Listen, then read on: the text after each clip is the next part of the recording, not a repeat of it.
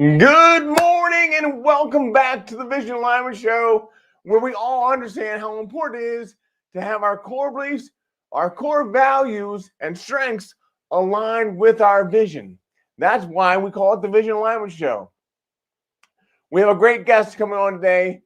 He's one that has helped me a lot with my TED Talk, with making sure that we understand how to promote, how we go through those things. But it also is a second chance athlete. I don't know if I'm saying that right, but there's a lot to what he has to offer. So we're looking forward to having him come on today, because you all are going to get a lot out of this. So look forward to that. And I'm going to bring him on without any further ado. Our guest today, Mr. Darryll Stinson.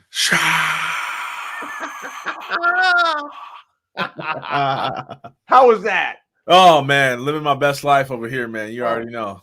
I love it. Nice job. So Darryll, tell us all, when is your first recollection of knowing your vision? My first recollection of knowing my vision was probably when I was in the 7th grade.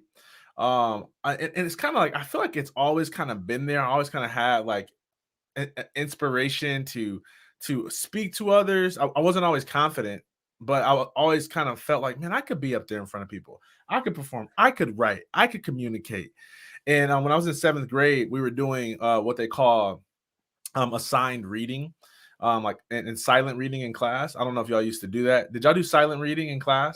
Oh yeah. Okay, so there was like popcorn reading, and then there was silent reading. So popcorn reading was like you read a paragraph, you picked the person, they read the next paragraph.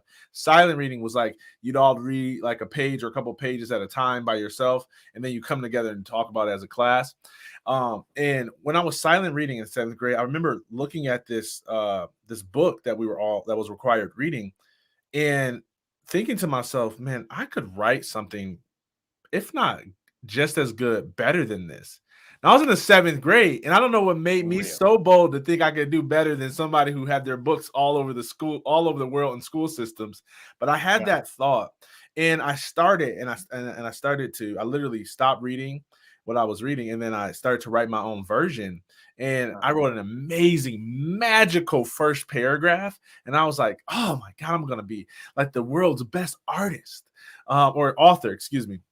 And then I went to go write the second paragraph, and I noticed that I ran out of stuff to say. And that was the moment that honestly, I started to quit on that dream. And I was like, oh, it was just something that was in my head. It was not just something that I could accomplish in real life. Now, let me pause. How many people watching this right now have something in their head that they don't know how to accomplish in real life? That was the gap that I faced. And because I didn't understand how to grow those skills, I didn't have a growth mindset.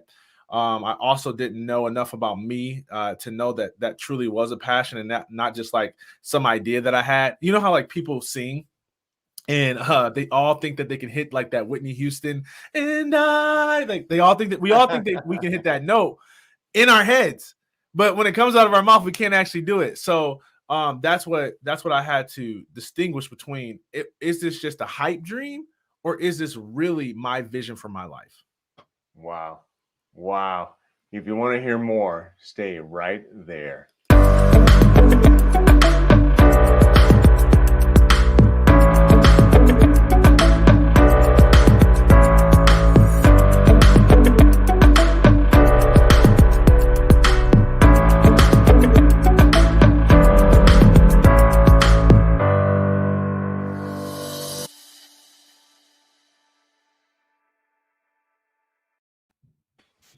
Darryll. I love that. That's so cool. You wanted to Thank be you. from 7th grade. Yeah. Yep. Since the 7th grade, man. If you would tell us a little bit more about your story, and while you do that, I'm gonna give you the floor. Oh, okay, cool. All So right. yeah, man. I mean, so that was something that I really felt like doing. I felt like I was supposed to be this author, and at the same time, I also knew that I was attracted to performers. So I used to listen to a lot of Eminem. Don't judge me. The real Slim Shady. Please stand up. And I wanted to be like him, and I was mesmerized. Now I didn't know why, but I knew that it was something resonating with me that said you could do that. At the time, I couldn't put 2 rhymes together. Now I got a few bars, but so I followed kind of that passion a little bit, but I never went all out on it. I never actually tried to write a book. I never tried to record an album or a single even and put it out there as if I was like a professional rapper. I just kind of held those dreams in my heart and pretended that they weren't there and became numb to it. And the thing that I became great at and started to get praised for was my athletic skills and ability. And I don't know where everyone else is from or what their upbringing was like, but for me, the only way for you to be successful coming out of the place that I come out of is to be a rapper or to be an athlete. And so I guess my vision was that I would become both, right? Like I would be a good rapper and then I would be an athlete. And since athletics took off sooner with AAU basketball, me getting ranked in the nation, ranked in the state, ranked in the Midwest and all that stuff, eventually earning a full ride scholarship to play at Central Michigan University, fire up Chips for my Chippewas watching. That's what became really the thrust of my life.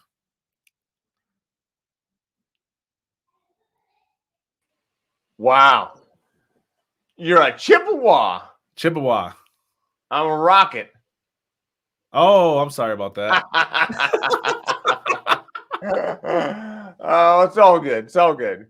Oh, what a great story. I love that. Thanks, man. So tell me, or tell us, if you would, I guess, what's the biggest I guess reason or what has been that thing that's just gotten you over something, or what's the biggest reason for your success? The biggest reason for my success is my faith in God. And that's not something I always had. I didn't believe in any organized religion. I thought it was all meant to control people. And when I was a Division I athlete, I had a back surgery that should have ended my career to my journey to the NFL. Should have, but it didn't, because once I had my back surgery, I asked the coaches to allow me to sign a liability waiver so that I can come back and play the game of football, and they would not be liable for my injury or death. They allowed me to come back. I wasn't supposed to run for more than a mile within 6 months of my back surgery.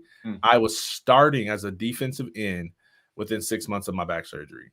And so I did so at a cost to my mental, social, emotional, spiritual health.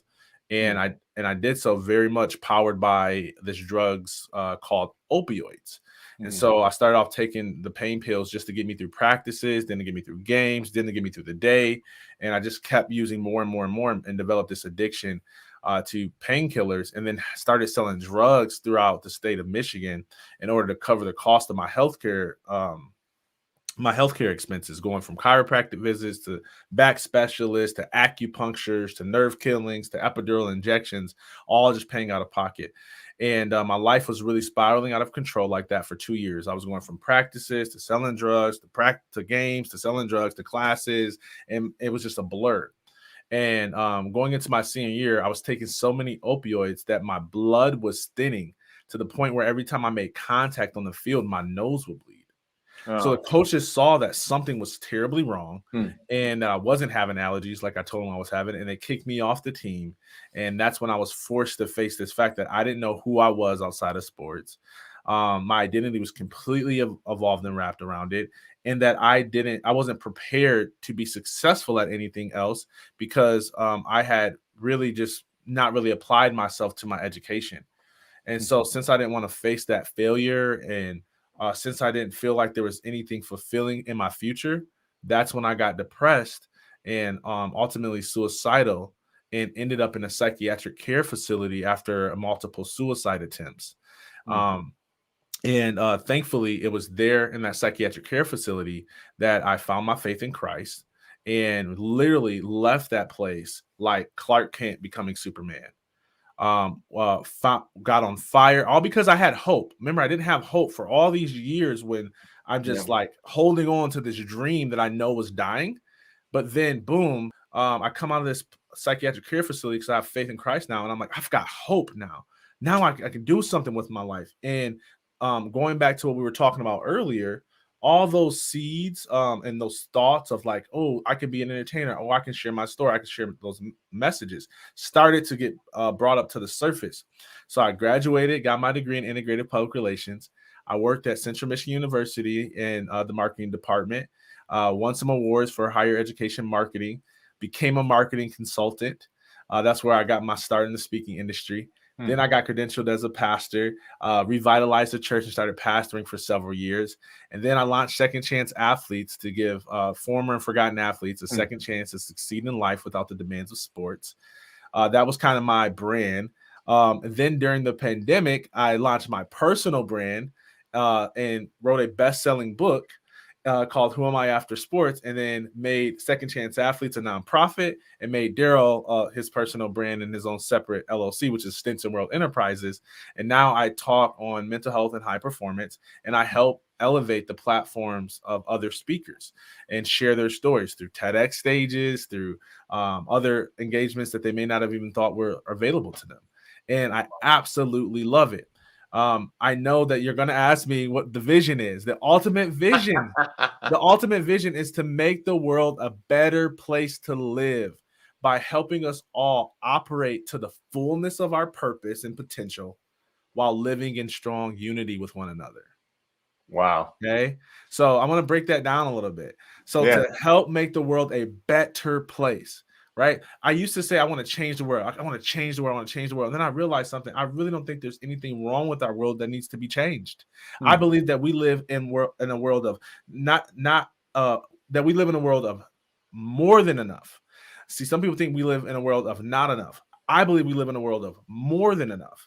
There's more than enough love, peace, joy, happiness, watch this, money, resources to go around that none of us should live in lack if we so desire. But the way that happens, and so I stopped saying that, make the world a better place. And I started to say, I'm going to change the world. And I started to say, let's make the world a better place to live. Okay. And so, boom. Now, how do we do that? By everyone operating in their purpose to their full potential. Right? So there's people that only you can reach because you're you. Your fingerprint is the only one that's ever been like it out of all the zillions of people. So there's a reason why you're here. That's what I believe. And so when you find out what that reason is and how you want to show up in the world, and then you invest in yourself, you grow your strengths, you guard your weaknesses, that's when you start to accomplish things and experience more and enjoy life more than you ever thought was even possible. And then there's the next part. Here's the hardest part. This is the hardest part. You ready? Yeah. Doing it in unity with one another. Yeah. Now, unity is tested in disagreement. I really don't know how united we are until we disagree. Until you're Republican and I'm Democratic. Until I'm Democratic and you're Republican. Until you're Buddhist and I'm atheist. Like until we are on opposite sides of the spectrum, that's when our unity will be tested. And it's in those moments of when we disagree, learning how to keep that core relationship so that we can still work together instead of building silos and division and hoarding and protecting our own and being divisive and speaking bad and gossiping and throwing other people under the bus, pulling us farther and farther and farther and farther and farther apart versus learning how to love people the most when they deserve it the least. If we can learn how to love people the most when they deserve it the least, I believe our world will become a better place to live. So that's my vision, broken down line by line. Wow. That's cool. Thank you. I love it. So love who do you deliver this message to? Everybody, K through corporate. K through Yeah. corporate. Right now, I K through prefer. corporate. I'm not a huge fan. I'm actually working on a plan right now to train like K through 12 speakers that can facilitate material, mental health, high performance curriculum to our youth, because that's not my strongest suit. I'm usually better college through corporate, right? So really good with colleges and really good with corporate. Interesting. So tell me, tell us, what's the best advice you've ever gotten?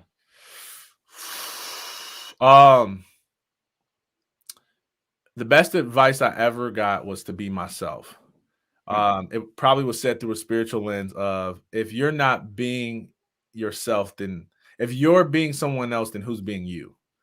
Yeah. And it kind of hit me to hear it that way. God never anoints a counterfeit. He only anoints originals. It's all the same stuff of be yourself, because that's where everything will flow from. And that's where all the happiness, peace, and joy comes from, is from being yourself and loving life. So when you hear that advice, those comments, how does it make you feel? Amazing. It makes me feel like I'm not in lack of something. That I don't have to wait till I am the top 10 motivational speaker in the world to feel like I love myself. It means that I don't have to compare what I feel like my temperament, my calling, my desire in life is. I don't have to compare that to someone else and be insecure about me. Right? Like it eliminates the hierarchy that exists in our world. A lot of times we think of influential people, thought leaders, entertainers, people who we see them with big platforms. They're the front. We see them and we often look at their life and go, well, that's the American dream. That's the epitome of success. And I couldn't disagree more. Because that's their pathway, not yours. And the way that I always just say this, just to make people aware of how much I mean this, is I say, look, I have a viral TED Talk that has more than 1 million views. I have a best-selling book that has been endorsed by some of the top people in the world. Jack Canfield sold the most books out of anybody except for the Bible, like and on and on and on. And I've got all types of opportunities. I speak to people all over the place. Like I've got all these things, right? And I believe that I'm just as valuable as my mother, who has none of these things. My mom might not ever write a book. She might not ever become a TEDx speaker. She might not ever impact the whole entire world individually with as many people as I have. But it was my mother who threw herself on the hood of my car when I was on my way to commit suicide. So you can't tell me that she doesn't matter. And I just wish that we could grasp that concept more, and we wouldn't feel insecure about being a stay-at-home parent, or we wouldn't feel less than because we want to be a 6-figure entrepreneur and not a 9-figure entrepreneur. Like, just own our truth and respect other people's opinions and learn how to live in the world in unity. Wow. Yeah, there is so much there to be thankful for. If you're just thankful, you're just grateful for what you have. That's the first step, right? Absolutely. Yeah. And we got a good friend on here today. There's a number of people on today, but I want to make sure we recognize our good friend Wes coming on today and commenting. Yeah, Wes is a good dude. Look at that. Come on. Love people the most, man, when they deserve it the least. That's right. Nice. What's up, Ted? And there's Ted. Hey, Ted. Good morning, Ted. Ted's going through a rough patch himself. He's getting through some physical therapy out of the hospital. So it's good to see Ted on this morning. Good morning, man. I love you, and I hope you're getting better. So, we've got a lot going on with everything we're doing here. So, and I know that you have a next level in mind. So what does the next level of success look like for Darryll Stinson? It's spelled TODAY. TODAY. Today. That's what it looks like today, man. People call me like, Darryll, how you doing? I'm living my best life. Like I am. And people think I'm like just being positive, and I'm like, well, yeah, but it's also true. Like, I'm not just saying it, even in my worst day, it's still the best day. It's still the best day because I have today. Today is all I have. Tomorrow's not even promised. That's for sure. You see, here's the problem. People say that with their mouth, but they don't believe it in their heart. I believe it in my heart, man. Like, I am living the life that I tried to end. Every day to me is a gift. Now, I have some bad days, right? Some bad days. Car breaks down. Highest paying client cancels. The pandemic hit, lost 86% of my revenue. Found a way to get it back within 6 months, but still, it hurt. Lost people to COVID. Been through heartache and betrayal. Been through seasons where I felt like I didn't even want to be here anymore. I mean, I've had dark days, but those are still my best days because it's a day that I get to experience that I tried to opt out of experiencing. And so when I say I'm living my best life, I really mean it. When I say I'm thankful for today, I really mean it. People say it with their mouth. They don't believe it with their heart. I believe it with my heart. Yeah. I really do. And so I say that not to say I'm a more pure version of something. And that's not my point. My point is I just want people to know what I mean when I say it. And I see the look in people's eyes and I see how people respond sometimes when I say it because it's said so often, but it's not lived as frequently. Okay, I'm done. That's awesome. Some other people here on Ken Philly, yeah, awesome. And, yes. And Ted again, yeah, nice to see you, Ted. You're welcome, awesome. Ted. Get well, man. So you like me have that feeling, but there's still obstacles and challenges you're working on. So what are some of those for you? I think the biggest obstacle I'm facing right now in full transparency, I believe in being transparent. It's part of my brand, actually. Vulnerability and transparency. And with a little bit of mean streak. Not mean, but I got a little hype. I am a former athlete. Like, let's go. So I got some energy. So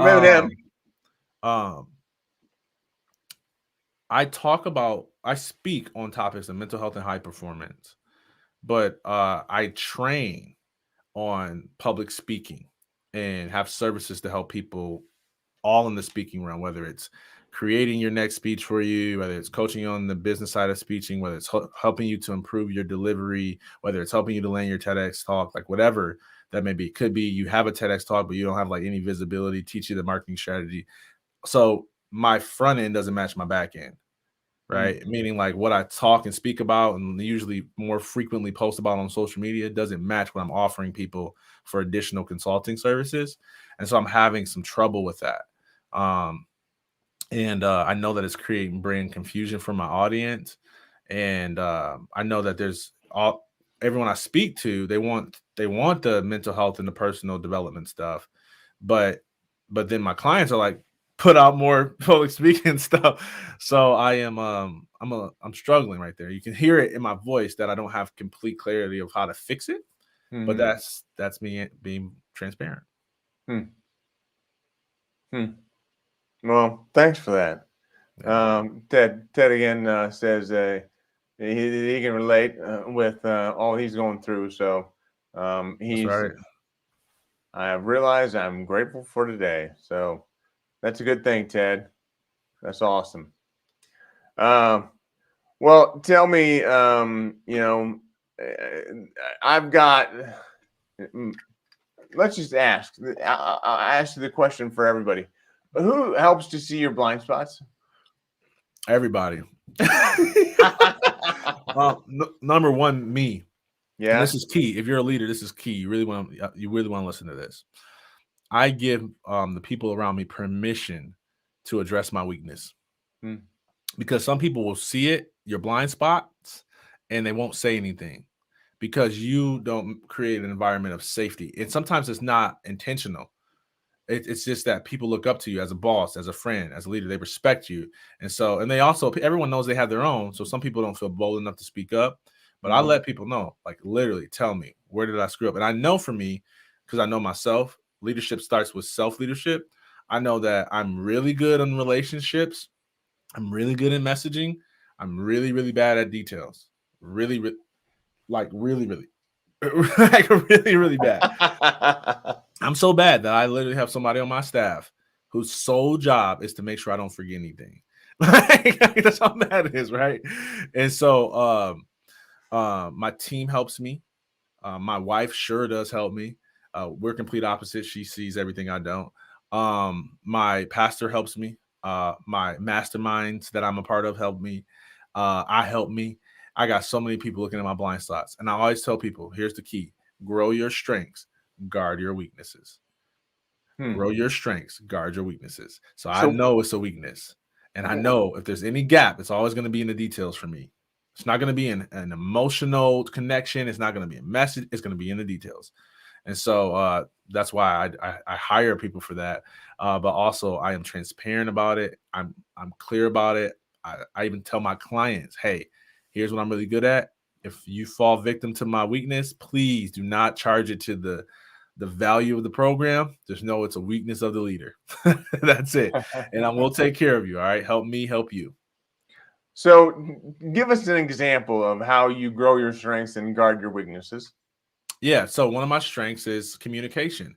And so I'm going to read books about communication. I'm going to study communication. I'm going to practice communicating. I'm doing that right now. I'm getting my reps in the gym on my strengths. What I'm not doing is trying to master time management, although I have learned a significant amount about that. What I'm not doing is like finding the best ways to systematize my business. What I'm not doing is studying ClickFunnels. What I'm not doing is learning how to use Google so I can save email templates. That's what I'm not studying. Some of it I need to learn, but I'll never become an A at it. Right? If I started as an E when I was born, I might get to a C at best, but I'll never become an A because I just wasn't wired that way. Right. And I'm not trying to put a limiting mindset, but I'm saying we can't be the best at everything. Right. So I invest in the communication, and then I make sure that when it comes to those details, that if it's within a work environment, that I tell my staff that I have someone who's assigned to that so that they're aware that, hey, Darryll, you just signed up a client. Do you think that they need an onboard email? Oh, yeah, that would be nice. What a great idea. This page will could like 10, 15 grand. Like, you should probably send them a welcome email, you know, like, oh yeah, that's good, you know. So stuff like that. Okay. So you've got a lot going on. How do you recharge? Oh man. In my daily okay. I love the question, but I don't entirely think of it that way because my work doesn't drain me. Like, you know what I'm saying? Like, no, granted, I'm a human. I got to take sleep, but I'm not like, I'm living my best life. You know, like I'm an entrepreneur. I create my world. And so, I love what I get to do for people.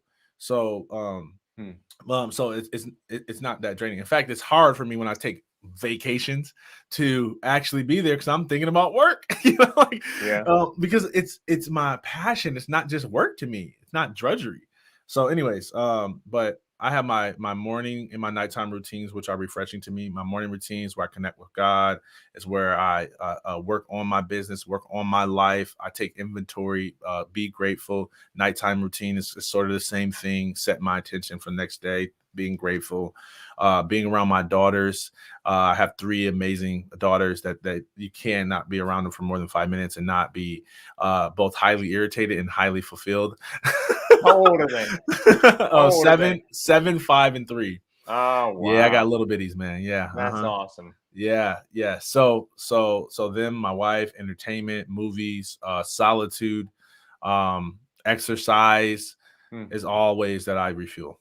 Wow. Yeah. All right. I got a surprise for you. Okay. We're at the end of our time. Yes. This has been amazing. Thanks, buddy. Would you be willing to come back on? Of course. Because you've got so much to offer, and I know that everyone on the call here today really wants to hear more of what you have to offer. So want to make sure that we schedule the time for that. And yes, I will not ask you for that schedule. I'll ask your assistant. You'll get a better, faster answer, I promise. Yeah. Yeah. And also, how can people know more about you? Is it on that website there? Yeah, just go to DarrylStinson.com and just connect with me, man. Go straight to the contact form. That's probably the quickest way. It'll come directly to my email, and we'll process it from there and make sure we connect. Awesome. Awesome. Thank you so much. Thank you. I truly appreciate your time. Oh, man, I appreciate you having me. You're an amazing human being. Amazing. I'm so honored to know you. Well, it's been great to get to know you. Thanks. All right. Take care, Darryll. Take care. Bye. Holy cow. Oh, my gosh. Darryll Stinson at DarrylStinson.com. I mean, that was a great interview. I hope you all took notes. I hope you all will go back and listen to this again. If there's ever anything that we can all do for you, or just to help make things better for you, to help you see your blind spots, to help you to know what your vision is, to help you, get to a point where you are you're more aligned with your vision, your core beliefs, your core strengths. I want to help you be able to do that. So I just appreciate you being on. I thank you so much for all you do. And just as always, keep one eye on the road. Take care. Bye.